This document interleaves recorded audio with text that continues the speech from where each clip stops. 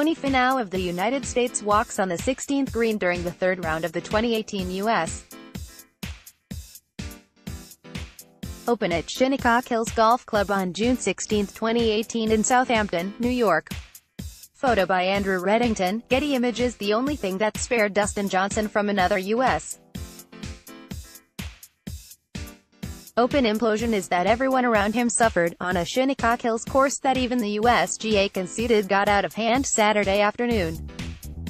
Berger and Tony Finau were the exceptions, each posting a 4 under 66 about the time Johnson was just starting out on greens that became so slick that Phil Mickelson swatted a ball that was still moving on the 13th green, and no one in the final 22 groups broke par.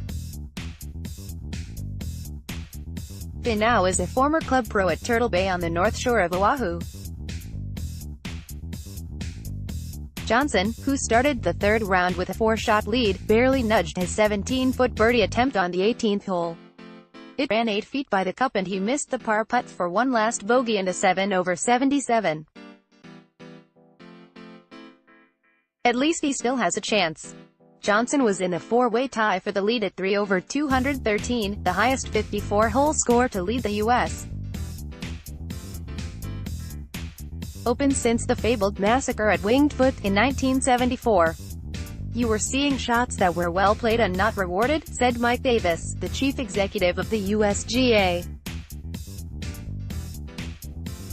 "It was a very tough test, but probably too tough this afternoon." Berger and Finau, who started the day 11 shots out of the lead, will play in the final group.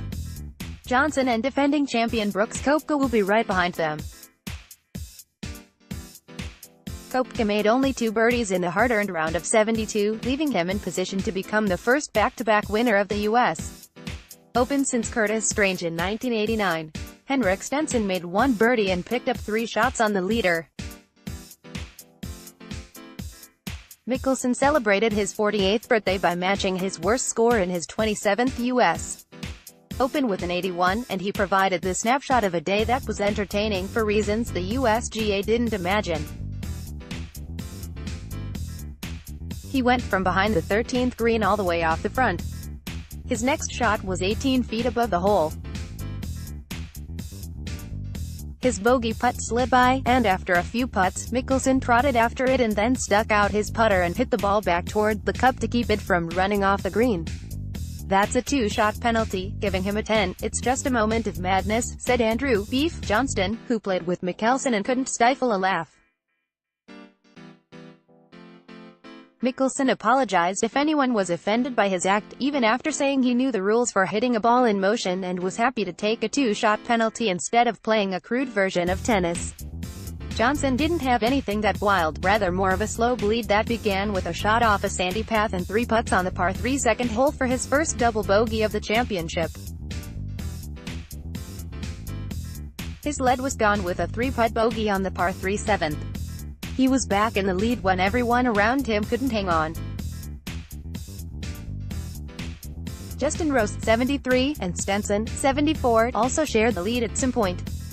Rose was 1 shot behind, with Stenson another shot behind. Kiradech Athabarnrad had the only other round under par. He teed off at 9:40 a.m. and had a 2 under 68 and was 3 shots behind.